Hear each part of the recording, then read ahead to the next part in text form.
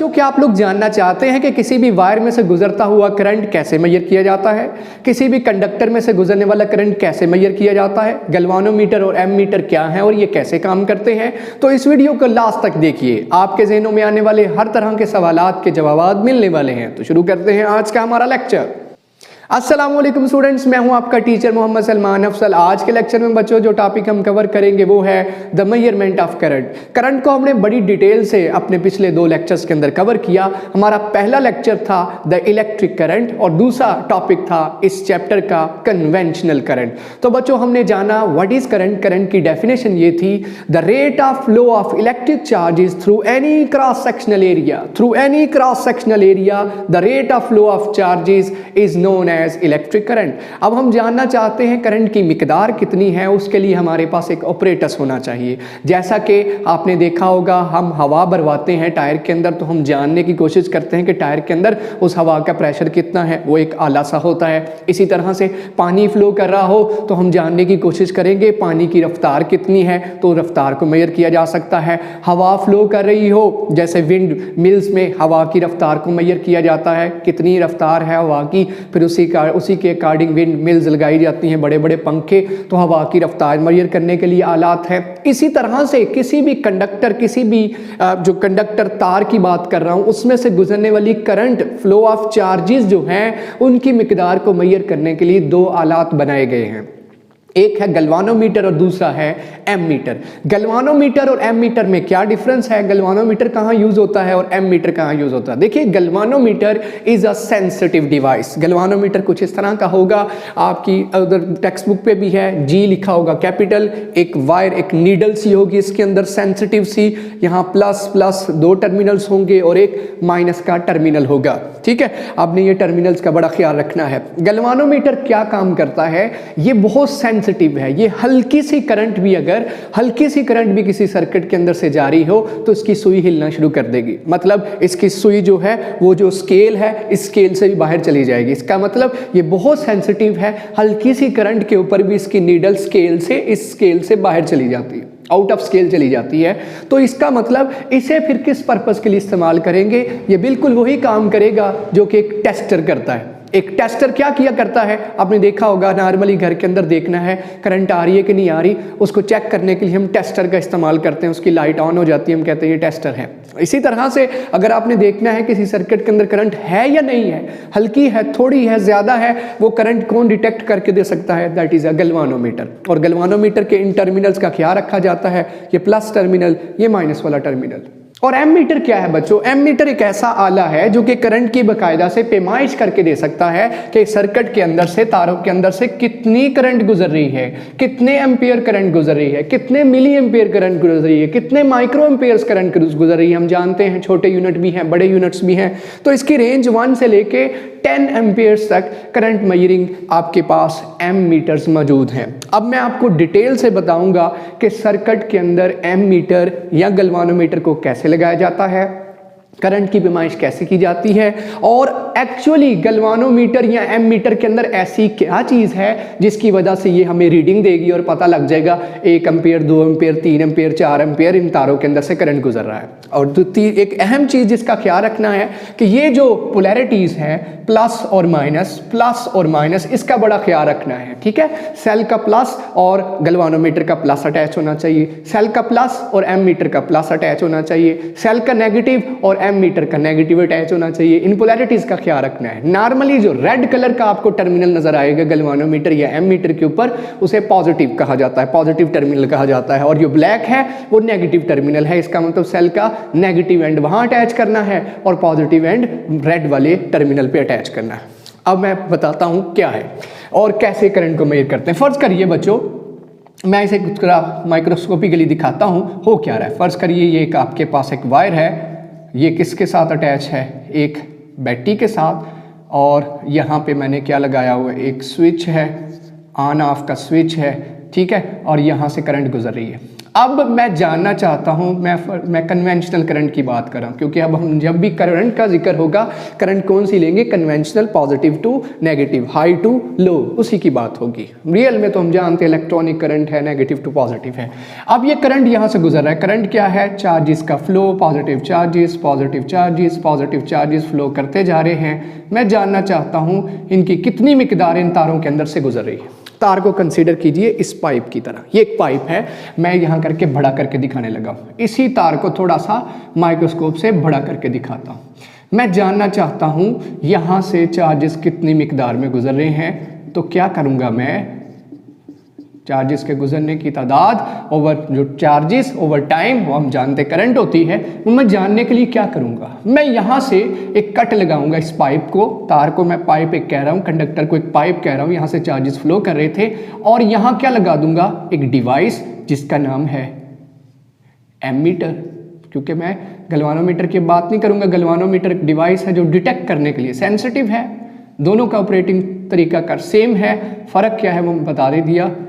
एक करंट को डिटेक्ट करने के लिए, ये देखिए मैंने एक तार का ये सिरा एमीटर के यहाँ जोड़ दिया, यहाँ से नीचे से ये टर्मिनल जुड़े हुए हैं, यहाँ से क्या हुआ, ये दूसरा आगे तार का सिरा ये जा रहा है, वहाँ भी माइक्रोस्कोप से मैं बड़ा करके दिखा रहा हूँ, और ये ऐसे जाके हुआ क्या कि ये आपके पास एमीटर था, ये इसकी सुई थी, और ये बेसिकली एमीटर है, यहाँ इसका स्केल है। एक्चुअली दिखाने लगा हूँ, ये एक पाइप की तरह है जिसमें से चार्जेस फ्लो करते जा रहे हैं। रास्ते में से इस पाइप को मैंने काट के क्या किया, एक टर्मिनल एमीटर के यहाँ जोड़ दिया प्लस वाला, यहाँ पॉजिटिव के साथ, और यहाँ नेगेटिव दूसरा सिरा जो बैटरी से आ रहा था वो एमीटर के यहाँ जोड़ दिया। एक पूरा रास्ता, एक पाथ कंप्लीट हो गया। इससे क्या हुआ, जितने चार्जेस इस पाइप से जा रहे थे वो सारे के सारे चार्जेस यहाँ से प्लस से एंटर होंगे और इस एंड से आउट हो जाएंगे, मतलब वो सारे के सारे चार्जेस इस एमीटर में से गुजर के जाएंगे और क्रॉस होके वो निकल गए, और निकल के कहाँ जाके एंटर होंगे, वो सारे चार्जेस यहाँ से भागते हुए दोबारा से इस सेल या बैटरी के अंदर एंटर हो जाएंगे।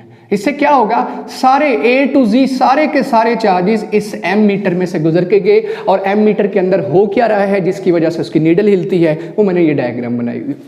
सारे के सारे बैटरी से निकले हुए चार्जेस, इस तार को थोड़ा सा मोटा करके दिखाया मैंने माइक्रोस्कोपिकली, पॉजिटिव चार्जेस निकल के जा रहे थे, रास्ते में मैंने इस तार को काट दिया, तार को कैंची से, छुरी से, नाइफ से काट के मैंने एक तार ये सिरा इधर लगा दिया, दूसरा यहाँ लगा दिया।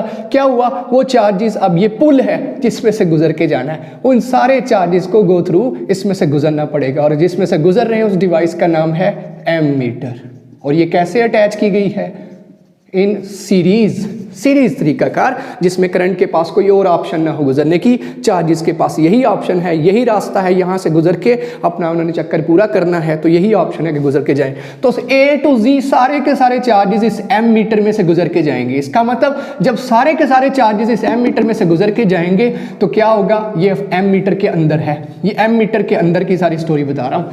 एमीटर के अंदर ऐसा क्या हो रहा है कि ये सुई हिलेगी और हिल के मुझे बताएगी कि यहाँ से 2 एम्पियर 2 4 6 एम्पियर करंट गुजरा। 2 एम्पियर जितनी थोड़ी सुई हिलेगी इसका मतलब करंट थोड़ा है, फ्लो ऑफ चार्जेस थोड़ा है। और हो क्या रहा है, चार्जेस के गुजरने से आप जानते हैं, अगर एमीटर को अंदर से देखा जाए तो एमीटर में क्या है, एमीटर के अंदर क्या कंस्ट्रक्शन है, एक परमानेंट मैग्नेट पड़ा हुआ है और दरमियान में एक तार, 2 4 5 6 तारों के लूप्स पड़े हुए हैं, ऐसे मैग्नेट पड़ा हुआ है और दरमियान में तारों का एक लूप पड़ा हुआ है। क्या जी, मैं उसको अंदर से दिखा रहा हूँ, ये आपको प्लस और ये माइनस नजर आ रहा था, ये प्लस और ये माइनस बाहर से नजर आ रहा है, ये बाहर से नजर आ रहा है, और अंदर है क्वाइल जो किसके दरमियान पड़ी है, मकनातीस के दरमियान। जब करंट गुजरी उस एमीटर में से तो क्या हुआ था, पॉजिटिव से निकल के किस तरफ गई, नेगेटिव की तरफ, तो ये क्वाइल पॉजिटिव से एंटर होकर नेगेटिव गई, लेकिन ये क्वाइल जो अंदर एमीटर के थी उसकी साइडों पे क्या पड़ा हुआ था, एक परमानेंट मैग्नेट। तो हुआ क्या, जब इस क्वाइल में से जो एमीटर के अंदर क्वाइल है, एमीटर के अंदर जो क्वाइल थी उसमें से करंट गुजरी तो वो क्वाइल भी क्या बन गई, एक मैग्नेट। आप जानते हैं मैग्नेट बनने का मतलब उसके गिर्द भी क्या पैदा होगी, मैग्नेटिक फील्ड। साइडों पे क्या पड़ी हुई है, मैग्नेटिक फील्ड। नॉर्थ के सामने नॉर्थ के सामने नॉर्थ और साउथ के सामने साउथ पोल बन गया, क्योंकि हम जानते हैं जब किसी कॉइल में से करंट गुजरे, जो एम मीटर के अंदर कॉइल है, पॉजिटिव से एंटर होकर नेगेटिव को निकल रही है करंट, तो ये कॉइल में से जब करंट गुजरती है वो भी क्या बन जाएगी, मैग्नेट। एक तरफ नॉर्थ बन गया, दूसरी तरफ साउथ, तो नॉर्थ नॉर्थ को क्या करेगा, रिपेल, इस कॉइल को क्या करना पड़ेगा, रोटेट, और रोटेट करेगी तो ये आपको सुई बाहर क्या नजर आएगी, हिलती हुई नजर आएगी, और ये सुई यहाँ आ जाएगी। करंट गुजरती जा रही है, ये सुई हिल के यहाँ आ गई, और यहाँ मुझे ऊपर क्या शो हो रहा है कि 6 एम्पेयर करंट गुजर रही है, 2 एम्पेयर करंट गुजर रही है, 0.5 एम्पेयर। जितना स्केल ऊपर लिखा होगा उससे पता चल जाएगा, और स्केल पहले डिफाइन किया जाता है कि इतनी सुई की मूवमेंट आधा एम्पेयर है, इतनी सुई की मूवमेंट 2 एम्पेयर है, और ये आपको स्केल आप जानते हैं, पहले स्केल डिफाइन किया जाता है। इस तरह से एम मीटर के अंदर ये सारा काम हो रहा है कि चार्जेस इस पाइप से, इस कंडक्टर से, इस तार से गुजर के एम मीटर के अंदर दाखिल हुए। एम मीटर के अंदर ये कंस्ट्रक्शन है, पॉजिटिव एंड से दाखिल हुए थे, नेगेटिव एंड से निकलेंगे, नेगेटिव एंड से निकलेंगे, लेकिन उस दौरान मैग्नेटिक फील्ड अंदर पैदा हो जाएगी, साइडों पे परमानेंट मैग्नेट पड़ा है, ये भी नॉर्थ, ये भी साउथ बन गया, नॉर्थ के सामने नॉर्थ, साउथ के सामने साउथ। इस कॉइल को अंदर रोटेट करना पड़ेगा, इसका जोड़ ऊपर एक नीडल के साथ है, एक सुई के साथ है, वो सुई हिलेगी, और सुई हिलती हुई आपको नजर आएगी, और आपको पता चलेगा इस सर्किट के अंदर से क्या गुजर रही है करंट, और कितने एम्पियर्स करंट गुजर रही है।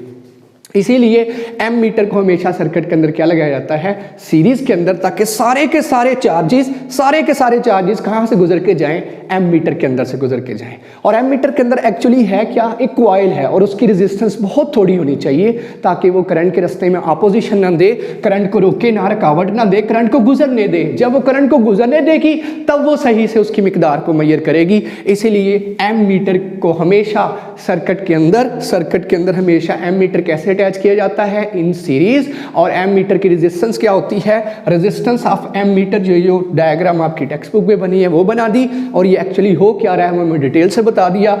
एम मीटर की अपनी रेजिस्टेंस क्या रखी जाती है, लो रेजिस्टेंस, ताकि ये करंट को रोके ना, बल्कि करंट को गुजरने दे, और करंट गुजरने की वजह से इसके अंदर जो मैग्नेटिक फील्ड पैदा हुई, नॉर्थ नॉर्थ साउथ साउथ, वो डिफ्लेक्ट हो, डिफ्लेक्शन से हमें ऊपर नीडल हिलती नजर आए।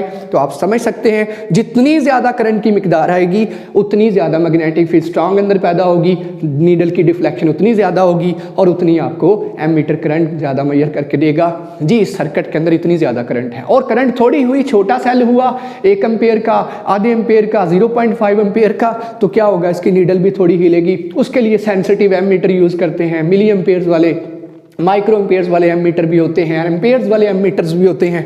इस तरह से करंट की पैमाइश की जाती है। और ये वो सर्किट डायग्राम है जो आपकी टेक्स्ट बुक में है, बैटरी बड़ी करके बनाई, पॉजिटिव टर्मिनल, ये स्विच है, नाइफ स्विच, इस तरह से खुल जाता है, इस तरह से अटैच कर दिया, ये पुल कंप्लीट हो गया, चार्जेस भागते हुए एम मीटर में से नीचे, आपको पता अंदर कॉइल है, उस कॉइल से एंटर होके ये गए। ये बल्ब ऑन होना, बल्ब क्यों लगाया, ताकि पता चल सके करंट गुजर रही है। ये बल्ब सर्किट के अंदर क्या कर रहा है, एनर्जी को कंज्यूम करने वाला यहाँ लगाया है बल्ब, दोबारा वापस। ये इस तरह से एम मीटर बता देगा इस सर्किट के अंदर कितनी करंट गुजर रही है। अब एम मीटर कितनी तरह के होते हैं, 2 तरह की करंट्स मेजर करने वाले होते हैं। अल्टरनेटिंग करंट मेजरिंग, ये जो आपके घरों के अंदर करंट आ रही है वो है अल्टरनेटिंग करंट, और जो बैटरी के पास, सेल के पास करंट होती है वो है डायरेक्ट करंट। तो डायरेक्ट करंट मेजर करने वाले भी एम मीटर्स हैं, ये डायरेक्ट करंट है, एम मीटर मेजर कर रहा है। सेल के पास भी डायरेक्ट करंट है, एम मीटर मेजर कर रहा है। जबकि अल्टरनेटिंग करंट मेजर करने के लिए भी एम मीटर्स होते हैं, जो आपने देखा होगा, जो फ्रिज एसी ठीक करने आते हैं उनके पास एक डिवाइस जो होती है, वो चेक करते हैं करंट आया आपकी फ्रिज को, रेफ्रिजरेटर को, एसी को पूरी मिल रही है, वो डिवाइस है alternating current measuring ammeter. बच्चों, उम्मीद करता हूँ आपको आज का लेक्चर पसंद आया होगा, जिसमें हमने डिटेल से डिस्कस किया एम मीटर और गैल्वानोमीटर में क्या फ़र्क है। गैल्वानोमीटर एक सेंसिटिव डिवाइस है, वो थोड़ी सी करंट भी हो तो उसकी सुई बहुत ज़्यादा हिलती है और आउट ऑफ स्केल चली जाती, स्केल से बाहर चली जाती है, तो इसको हम ज़्यादातर इस्तेमाल नहीं करते। उसका पर्पज़ क्या है फिर ज़्यादातर कि हम करंट की डिटेक्शन करवाने के लिए, हल्की फुल्की करंट भी कहीं हो, वहाँ एम मीटर शायद करंट की मेजरमेंट ना दे सके, वहाँ गैल्वानोमीटर काम का है, वो थोड़ी सी करंट वो क्यों क्या कहेगा इस सर्किट में करंट है, तो वहाँ से पता चल जाएगा। ये था आज का लेक्चर, डिटेल लेक्चर था मेजरमेंट ऑफ करंट पे। आपको अब जहन में बैठ जाना चाहिए, कंसेप्ट कंप्लीट होना चाहिए। अगर फिर भी कोई आपके जहनों में सवाल है, कमेंट बॉक्स के अंदर कमेंट कीजिए, या मेरे व्हाट्सएप नंबर पे आप अपने सवाल, अपनी क्यूरीज सेंड कर सकते हैं। इसी के साथ इस लेक्चर की इख्तिताम पर मैं आपसे इजाज़त चाहूँगा। अल्लाह हाफिज़।